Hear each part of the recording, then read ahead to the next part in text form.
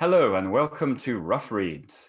I'm Conrad Cecil, and with a group of actors from Folsom, California, we are reading Roundheads and Pointed Heads by Bertolt Brecht.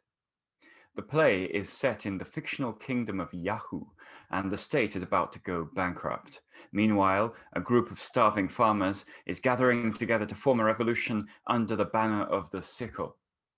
As a distraction, a minister puts a man in charge who divides the nation into two: the Zaks and the Ziks, the Roundheads and the Pointed Heads.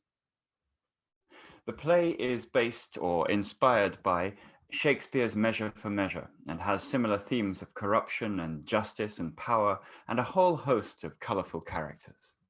I'd like to give a big shout out to the actors: Alison and James Gilbreath, Shane Burrows, Janine LaForge, Ren Elsa, Eve-Lyne Leclerc, Kane, Lyova Margaryan, George Hillman, and joining us from Denmark, Shabhaz Sarwar. This is the second in our series of Rough Reads, actors coming together to bring a play to life online. If you like what we're doing, like and subscribe. So I'd like to introduce everybody, and I'll also mention what role you're playing while I'm at it. So Shane, welcome. Shane Burrows, regular actor, and also has a certain number of other acts up his sleeve. Great lip syncer and drag artist. He's here playing the Viceroy. Kane, my man. Kyle, graduate of Yuba College, regular at Sutter Street Theatre, and won last year an award for his performance of George Bailey in It's a Wonderful Life. He will be playing Miss... Nominated. Nominated, sorry. I lost. Okay, Kyle, I didn't win either. Okay. But it's a huge honor to be nominated, right? Yeah. That's First good. time, so it felt great. There you are. He's playing Misena, which is the wily counselor of the king. The farmer Callus, played by James. Hello, James. James is the head of drama at Yuba College, and he and Alison were both trained at the Gaulier School in Paris, as well as the School of the Science of Acting in London. Alison, hello, Alison, our resident Mancunian, and also, so a fellow Brit, just makes me feel a bit more comfortable, is playing Mrs. Callus. Mother Superior, also played by Alison, which is very interesting in money. Mancunian accent then, right? So, absolutely. Nana Callus is played by Ren Elsa. Hello, darling. Very regular and part of the lifeblood of Sutter Street Theatre, among other things. And you'll be playing Nana Callus, who works in a certain coffee house as a hostess. George Hillman, first time here. He's a friend of Lyova and Kevin Noland. And that's how I know you, George. Welcome. Shabhaz, it's really an honor that you take time from Denmark to come here.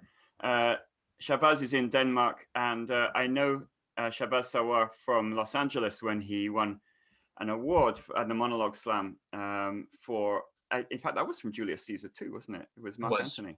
Mark Antony's burial speech. Do you want to say a couple of words about what you're doing and where you're at right now? Sure. Well, I'm a self-taught actor and slash writer and director in that order. I'm making a Star Wars fan film that it's almost 4 years in the making. Yeah, it stars myself and Lars Mikkelsen, if you know him. He's a big Danish actor, an Emmy award-winning actor, and a couple of other big players in Denmark as well. Basically just trying to make an unsolicited pitch to Lucasfilm to try and get them to see it, to hire me. Shabhaz is playing Emanuele de Guzman, a rich landowner who has a rather difficult situation. His sister, Isabella de Guzman, is played by Eve-Lyne Leclerc, also a great regular at Sutter Street. Actually, I'd like Lyova Margaryan to play the attorney of the de Guzman family. We tried to work together on a play last year that was cancelled. So now we're doing this, which I'm very happy about. So welcome, Lyova, again, to this second in the series of online readings. Last but very much not least, the proprietress of the coffee house is played by our own Janine LaForge, who's a wonderful cabaret artist and great actress and comic actress. Welcome, Janine.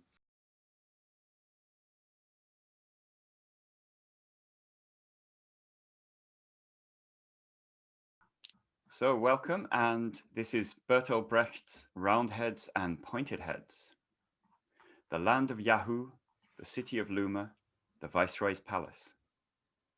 The Viceroy of the land of Yahoo and his privy councillor Misena have been up all night. They are sitting in the Viceroy's chamber surrounded by newspapers and empty bottles. Misena is marking unpalatable sections of the newspapers with a big red pencil for the attention of the Viceroy. Next door in the antechamber, a shabby clerk is seated by a candle. A man stands with his back to the audience.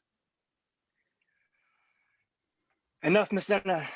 The day is dawning. All our calculations, creative twists, accounting, sleighs of hand have demonstrated each and every time precisely what we can't afford to know. The rebel spirit of the farmers can be broken only by a man whose only concern is to uphold the state. A selfless soul, or known at least as such. There's one. Just spit it out then, Iberin.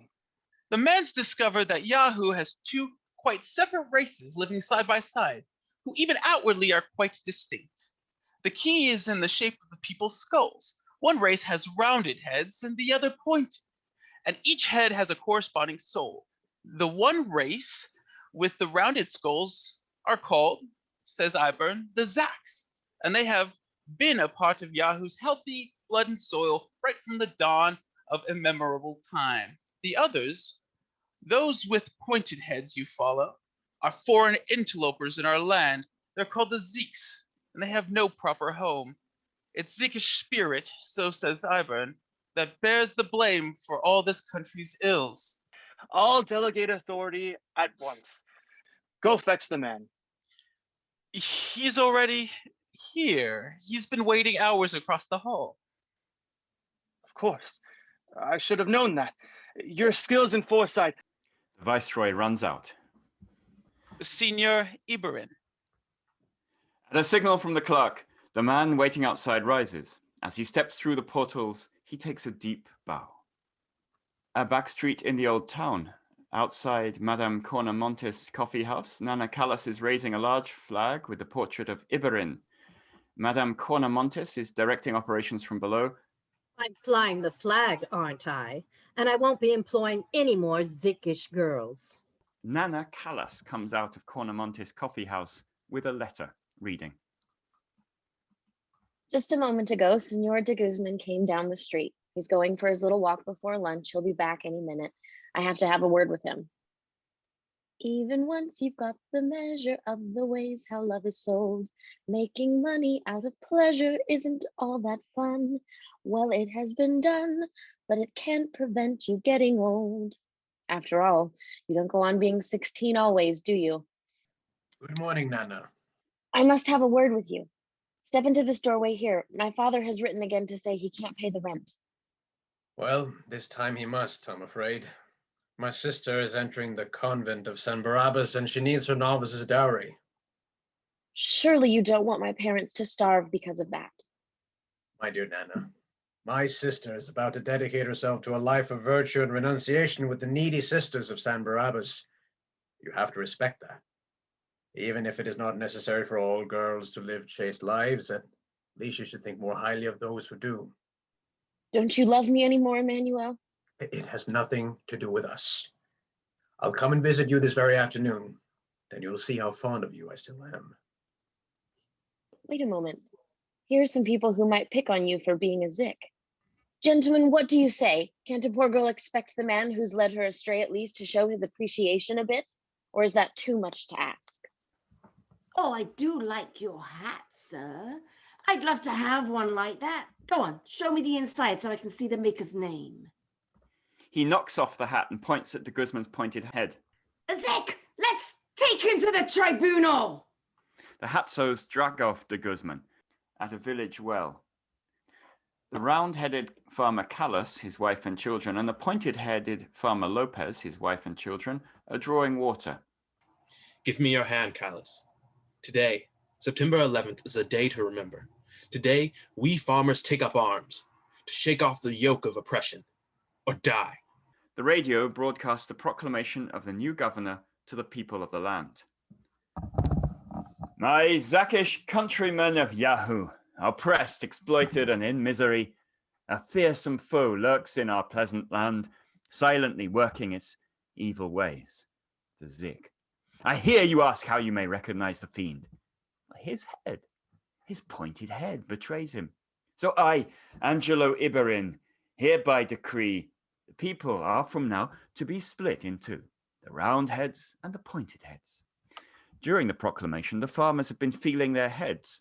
The round-headed children point grinning at the pointed heads. Mrs. Callis comes back in. She doesn't look at Lopez and gathers her children around her. Good news, Mrs. Callis? They've arrested our landlord, Senor de Guzman. Why? Why else for extortionate renting? Mrs. Callis, then we're saved. Don't get too excited, Mrs. Lopez. The news isn't so good for you. Angelo Iberin has taken over the government, and your Ziks. They say that in Luma there are pogroms against the Ziks. Senora de Guzman was arrested because he's a Zik. I think we'd better go home now. But you won't be able to do that, Mrs. Lopez. As I came past the village pond a moment ago, I looked up in the direction of your house and I saw a red glow. Oh, God. Please, Callis, can you take my children into hiding, at least for a few days? Maybe I could, but as you're with the sickle, it would be dangerous for my own family to be associated with you. We'll be leaving then, Callis. The Lopez family exits slowly. Now, husband, get on your way to Luma. Don't pay the rent and get a written assurance that you don't have to pay. Right, I won't be back until I've gotten in writing. The Viceroy's palace. At court, a trial is in progress. A news flash projection reads, "The sickle advances on the imperial capital." Senor de Guzman, do I have the facts right? Indeed, Your Honor. The young lady harassed me as I took my morning constitutional. She's the daughter of one of my tenants, and she demanded I release her father from his financial obligations. Please, put me in custody. I'm a Zik. The social standing of my client surely is enough to vouch for the truth of his statement, which is disputed only by a waitress from a common coffee house. Iberin has already entered, unnoticed, and now sits to one side behind the judge's bench. Look, there's Iberin. Excellency, I'm relying on statements by some of the leading landowners in the country. You'd do better to pay attention to the news from the front. There is a disturbance. Farmer Callis enters the court surrounded by a crowd. What do you want here? I've come here from my farm to bear witness against my landlord, who's on trial for extortionate renting. How high are the dues? How high are the taxes? Iberin gets up so energetically that he knocks the chair over. Can't you think of anything more important to ask? Have you no inner voice to tell you what the people really need? Horses. Give us horses. Silence! What are horses? As the court seems incapable of getting to the heart of this affair, I shall conduct the case myself in the name of the Zakish people. Into the dock, the landlord de Guzman, and this person here, Madame Cornamontes. And on the plaintiff's bench, this young woman and her father. Step forward. Do you recognize your daughter? Of course. De Guzman, do you confess that you abused your position of economic power when you seduced the daughter of your own tenant? What are you? Landowner. What are you? A member of the landed nobility. I asked, what are you? A Catholic. What are you? You're a Zik, and you abused your economic power to seduce a Zakish girl. Madame Cornamontes, you, Madame, a Zak, had the audacity to sell this Zakish girl to Ziks. Accused, look at the wretch there with his pointed head. Discovered in the vile abuse of power, but now the scales have tipped. Enough's enough. Now hear my verdict. This girl is acquitted of all blame. Madame Cornamonte's coffee house, where a poor Zakish girl was procured for Ziks, I hereby declare closed. That can't be right. To all Ziks. As for the Zikish seducer, let him be sentenced to death. De Guzman is led away. He passes the group of rich landowners who avert their eyes. Oh, Don Duarte, help me. You, my lords, you must stand by me in my hour of need. Remember how we dined as friends together. Alfonso, speak for me, speak up. You're favored with a round head, that's what matters here. Tell them what I have done, you've done as well. Don't look away, I beg you. The landowners continue to act as if they didn't know him. He is led off. To think that was once my landlord.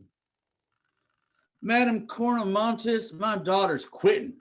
She'll have nothing more to do with an establishment like yours. I'll tell you what I think about that sort of thing. If a poor man comes by my shop, tells me, anger in his eye, there's this rich man driving me to ruin, what's my chances if I try to sue him? First I tear a button from his coat, then cry, let's ask fortune, fortune cannot lie. Then I toss it up and say, afraid not, dear, luck deserted you at birth. That's the truth, whichever way you try it. Friend, whatever you desire on earth, right or wrong, you're going to have to buy it.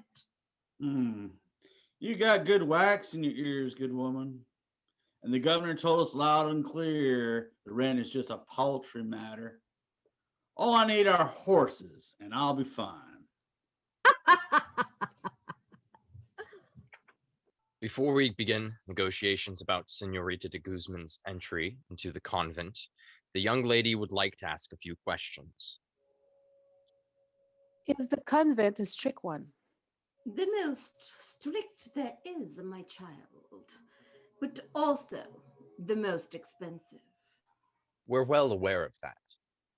The meals are simple, the beds are hard, and the spiritual exercises are plentiful, my child. Oft as I have beheld the fleshly desires and shameless flirtation of maidens, my heart was sickened. Even my brother's gaze was clouded by base temptation. Behind closed doors, I hear the playful cries. How I hate that laughter. O chastity, O priceless treasure, exalted poverty. So we live here, my child, and so too will you. But now, Abbess, we come to the most important thing. Indeed we do. I'm afraid we can't deny the young lady's birth. Oh, so that's what you meant. I meant something quite different. She goes over to Isabella and runs her hand under her coiffure. She laughs. Oh, you've got a point there, no denying it. But that doesn't matter, as long as everything else is in order. So now, the most important thing, the monthly contribution. Well, you know how much rent the de Guzman estates are worth. We need to be sure of at least 8,000 a month. I don't know if we can squeeze that out of the tenants. You have to think twice about all this, Senorita de Guzman. Yes, think it over, dear child. That's how much it costs. Is it really too expensive?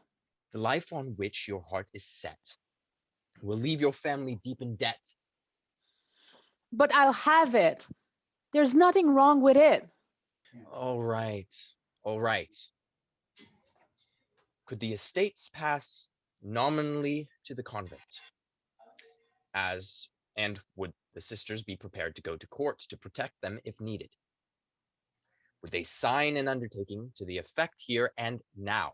That's all fine. Your young lady is not the only case we've had like this. A stone smashes through the window. She rings. A nun enters. Reverend Mother, there's a terrible scene in the courtyard. A man came to the convent with a whole mob of people. When he saw the de Guzman's horses, he took them, saying he was the farmer and he needed them for his plow. As he drove the horses away, he said, Senor de Guzman could go on the gallows on foot. the coffee house of Madame Cornamontis. Afternoon. Farmer Callis and his daughter Nana come down the street leading 2 horses on a rope. With him are the 3 Hatsos and people from the street. He leads the horses into the coffee house and ties them up at the bar. The people shout, "Hooray for Iberin!" and "Hooray for Callis!" Good day to you, Nana. Let me welcome you as a customer in the coffee house where you used to work as a waitress. These are the horses. There I was, see, just 2 days ago, walking down the street with my daughter. Then I see these horses standing outside the gate for good-for-nothing sisters of San Barbaros. I say to the daughter, "Our horses. Didn't he promise you the horses?" say I, "when he seduced you?" "In actual fact, he did," says my daughter. She was just a bit frightened. No one would believe us. "And why shouldn't they?" say I, "and then tie the horses." I've had enough of injustice. There was an old man of old. His life was hard and cold. They said, "Just keep on waiting." He did as he was told. He was debilitating. Hail, Iberian, or however you say his name. You say, but what have you to hold? The 2 attorneys of the de Guzman family enter and approach Callis with open arms. Ah, here you are, my dear Mr. Callis. We have a wonderful proposition for you. Everything is falling into place. Uh-huh. We've come into possession of sworn testimony, according to which your daughter had already had a relationship with a young man before she became acquainted with a particular Zikish gentleman. So that's the charge of corrupting a minor. So that the charge of corrupting a minor ceases to apply. That's not true. To cut a long story short, you can get yourself 2 horses for free, if you're prepared to be sensible. Well, that's not the way I see it. Gentlemen, here's my answer to the Guzman family. No way. I don't need to make any accommodations. Read the newspapers. I don't like to lick your boots any longer. And the 2 horses? I got my horses. They're outside. Well, this one's with me. And I wouldn't dream of throwing away the honor of my daughter. As you wish. They exit. The landlord, Kalamasi, who is sitting at the next table, looks up from his newspaper. Mr. Callis, it will be an honor to take a look at your horses. Nana drags her father out by the coattails. Kalamasi follows them. The viceroy's palace. Again, there is a trial in progress. The old judge is wearing a new robe and smoking a fat cigar. The inspector writes up on a blackboard in large letters, "The Convent of San Barbaros versus Farmer Callis. At issue, 2 horses. Farmer Callis and his daughter, Isabella de Guzman, the Mother Superior, and the attorneys are admitted to the courtroom." Oh, Reverend Mother, how I wish this row about where worldly goods might soon be over. Pointy head better off dead. Pious cow, mind you, she's got a backside like a princess. She's well fed, she could handle the trade, but of course her sort don't need to work. At least darling brother will swing for it. Isabella comes over faint. You be quiet. She goes over to Callis. You think you're something special. I suppose because you have a round head. You think that means you won't have to pay? Well, today you'll learn who it is. Who it is you'll have to pay. Not a Zik, whatever happens. The Mother Superior takes his hand and lays it on her own head. What's that supposed to mean? Our heads are as round as yours. Silence! Now explain why you took the horses. Well, when my daughter was abused by the landlord, it was agreed that I should get the horses. Was a deal then, I suppose. You'd never sell your daughter's honor. Would you for just 2 horses? Or perhaps would you? It wasn't a deal. If you received a prior promise, then I could insist you answer this. That means that you're your daughter's pimp. The court presumes it took place afterwards. Your landlord gave your horses for your silence. The horses were hush money because he'd wronged you. Yes, it was afterwards, and yes, they were hush money. No talk of Zak and Zik from the bench today? Your Honor, I should like now to call a witness whose testimony will surprise you. Who have they drummed up? You talked a lot of rubbish in the coffee house, you know. It's all wrong. Enter Senor Calamasi. Please, could you repeat what Callis said to you in the coffee house? Mr. Callis said, and between you and me, there was never really any talk of giving me the horses in exchange for the girl. It's a joke, Senor de Guzman just turned a blind eye when I used them. Who'd trade 2 horses like that for a girl? You should take a look at the horses, really. Did you say that? No. Yes. I mean, no. I was drunk. That doesn't sound good at all, Mr. Callis. Perhaps in view of this testimony, you should think about renouncing your claim to the horses of your own free will. Don't do that, whatever you do. Never, Your Honor. I'm not in the position to do that. I request the governor himself pass judgment, as it's not a matter of any ordinary horses. They're Zikish horses. Ibrin comes out of the palace. What more do you want, man? And how do you respond? I know your misdemeanors, man. Be warned. The horses in question, which I need for my plow, were in Zikish hands, de Guzman hands. Well, when I took the horses, they didn't belong to any convent. But they didn't belong to you either, you pig. You then take your cap off when you talk to us. You keep out of it. I refer to the government's own statement. It's not a question here of rich or poor. Well, so do we. Take off your cap. Yes, take it off. Callis takes off his cap. It's time to close this case. I've heard there's talk in Luma that because I once condemned a Zikish landlord, I must be the landlord's enemy. Not true. Governor, Your Honor, ladies and gentlemen, my client, the convent of San Barabbas, can offer proof that this Callis is a subversive. Mr. Calamasi, in the coffee house, I understand that Mr. Callis sang a certain song, which caused some excitement among his audience. Yes, sir. It was the outlawed "What You Have, You Hold" song. Repeat the song. It's not really a song at all. It's just a couple verses. Or sing them. I'm hoarse. Oh, Mr. Callis, we're not expecting an aria. Sing.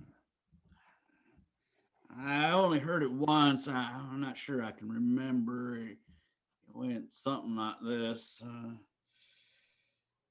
There was a man of old, he'd reckon he'd been sold. He grabbed what took his fancy. He's bloody bold. He upper hand I see. Hail, Ibrin. You see, you say what you have to hold. One could say this song represents a blatant affront to the government. The horses are to be taken away from him. Suddenly, the bells begin to toll. From afar, the noise of an enormous crowd. Enter Messina with a microphone. Senor Eberin, the peasants' revolt has been, with God's assistance, boldly put down. Thank you, Councillor Messina. The peasant's sickle has been smashed. At this moment, the lights of the chandelier come on. And there was light. Callis, as for you, farmer, go home to your plough and leave affairs of state to those who know. what's what. Go home to sweat and toil, not to shirk, and we shall honor you for all your honest work. He turns away and strides back into the palace, followed by Mycena. Exeunt, except Callus and Nana. Did you hear that? The bastard sentenced me to death. That I didn't hear, but he has taken your horses away. It's the same thing. Oh, we've had so many masters. We've had tigers and hyenas. We've had eagles, we've had warthogs, fed the lot of them between us. People tell us that all men are brothers, but each jackboot felt like all the others, and it crushed us, which should serve to show one that it's not a different master that we need, but no one. For the water wheel must keep on turning, and so what's on top is bound to fall. At the time the water underneath is learning, it has to drive the water wheel. The bells go on tolling. A back street in the old town. The bells are still tolling. Down the street come Farmer Callus and his daughter. She is carrying a suitcase. Back where we started, this is the house. This is where the people stood and said, "What's a nice Zakish girl like you doing in a house like this?" They'll be happy enough to have you back. I'm not so sure about that. They ring. Oh, Nana. Good morning, Madam Cornamantis. Good morning, Madam Cornamantis. Madam Cornamantis, the great expectations which my father had with regard to my future have not quite worked out, unfortunately. I could have told him right away, but some rather unusual legal proceedings, which we were at the center of, got his hopes up, you know. Anyway, my father requests that you take me back into your house. I'm not sure that's such a good idea. The only thing in your favor is that the gentlemen always go for a girl who, oh, so recently, seemed quite unattainable. Perhaps I'll try it one more time. Goodbye, Father dear. She goes inside. Isabella de Guzman, the abbess of San Barbaras, and the attorneys are on their way back from the trial. I think the worst is past for us. Just now, old Peruina whispered in my ear to give his greetings to your brother. So, we're back on course. Looks all very healthy. Down the street come the inspector at a hatso with Emmanuel de Guzman in chains. De Guzman has a large cardboard sign around his neck, which reads, "I'm a Zik. I raped a Zakish girl, so I'm condemned to die." What's this? Senor de Guzman, congratulations. Everything's back under control. Emmanuel, why so silent? Why so pale? What's wrong? And why these chains? And why this sign? Done for, sister. Finished. I'm destined for the Holy Cross. It's true, senor. It doesn't look at all promising. No one has ever come out of the prison of the Holy Cross alive. Oh, Reverend Mother, in all the fuss and bother that we've had about the horses, we forgot the man, but he's lost to us. I'll hang for sure. Nonsense. It's been a victory. You hear those bells, my son? They ring for you. But don't you see? It isn't right. And now it all comes back. A man approached me in the celebrations and said I wasn't to forget my brother. The law, he said, could sometimes take its course relentlessly. And then he said it'd help. I'll wager that must be Zazarante, Ibrahim's lieutenant. He bade me to him when the clock strikes 5. Dear sister, this is my salvation. Brother. He likes you. It's a proposition. To talk things over at 5 o'clock. I used to have my chats at 5 about the rents and such. You'll have to go. But brother. Don't think of it. Don't contradict. Senor de Guzman, not exaggerate. They'll never hang a wealthy gentleman. Reflect on what you are. A Zik. That's what. That's it. We're Ziks. She understands. I understand. I see. They're going to hang my brother. What is the greater? What the lesser loss? Perhaps instead of offering my head, we might divest ourselves of something else which we miss less. I'd like to keep my life, for nothing is more precious. What are you saying, brother? That man I saw was like an animal. Oh, don't make such a fuss. You're not a saint. They want me hanged, and I don't want to hang, not for a whore, nor either for a nun.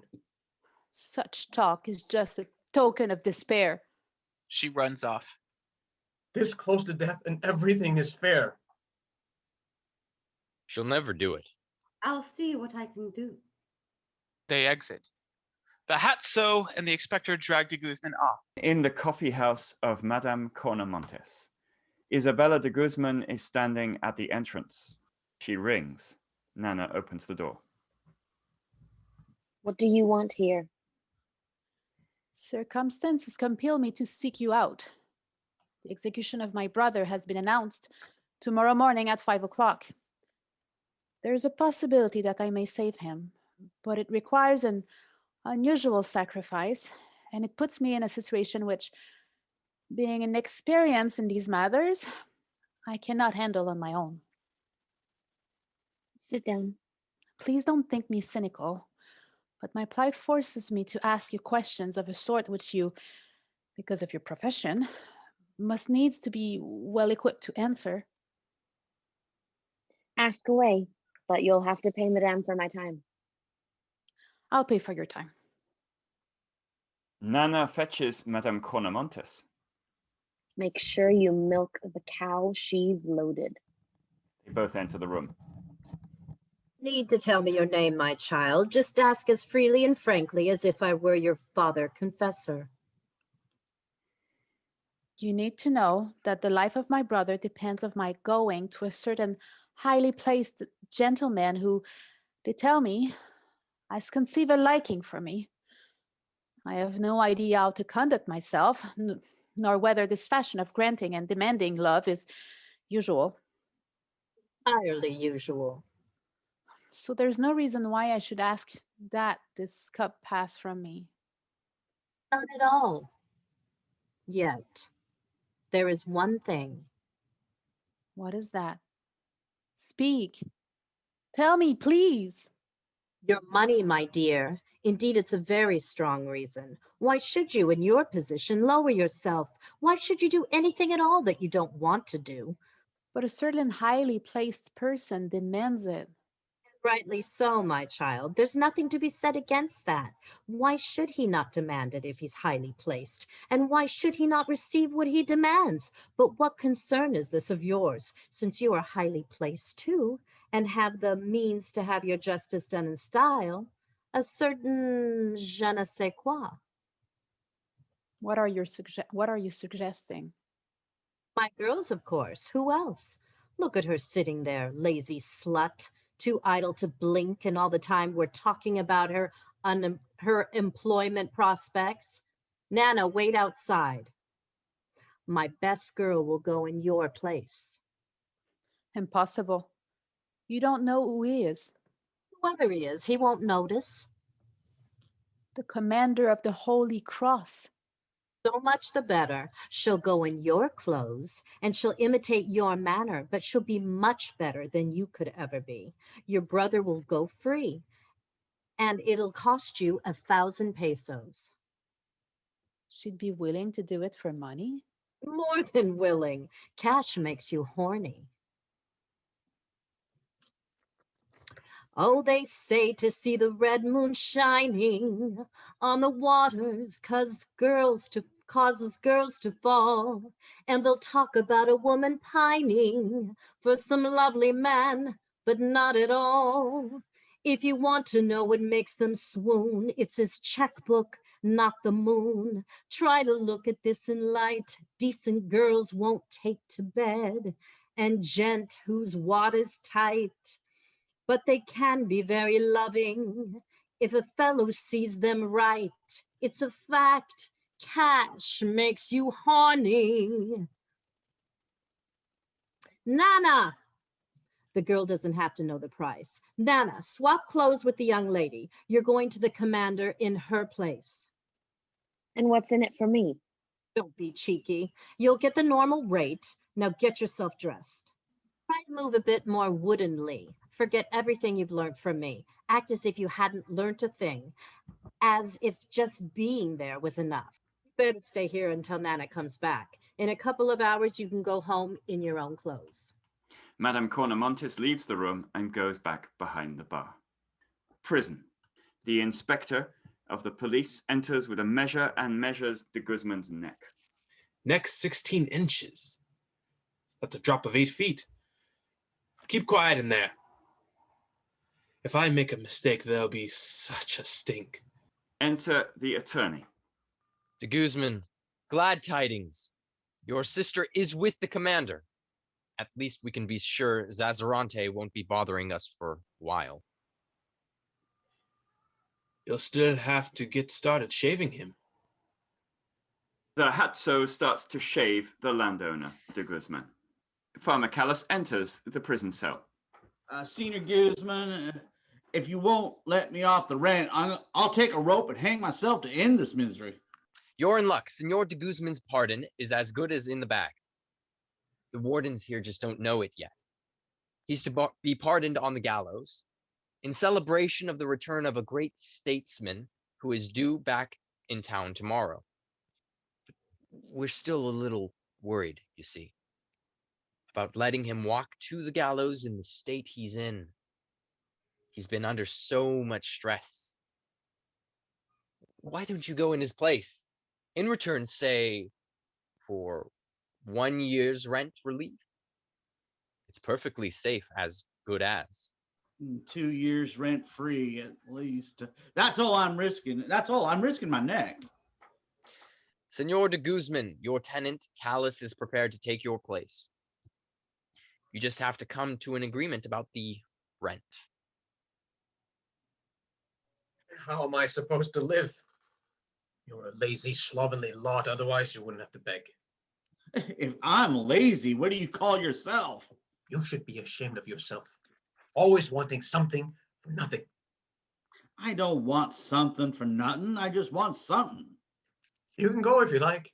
You're a free man. Senor de Guzman is simply confident that there's no risk involved, or very little. You've got to compromise. You can't be sure. 1 year's rent isn't a great deal. 2 years. I'm risking my neck. All right. 1.5 years, Callis. 2 years. But I still haven't said I'll do it. You'll do all right, Callis. You've got no choice. Into the courtyard comes the governor, followed by Micena and Mr. Saz, Perunier, the Haz, and Duarte. Just stop and think who it is you're hanging here. Zik, that's true. And perhaps he went astray, but still, the man's a gentleman like us.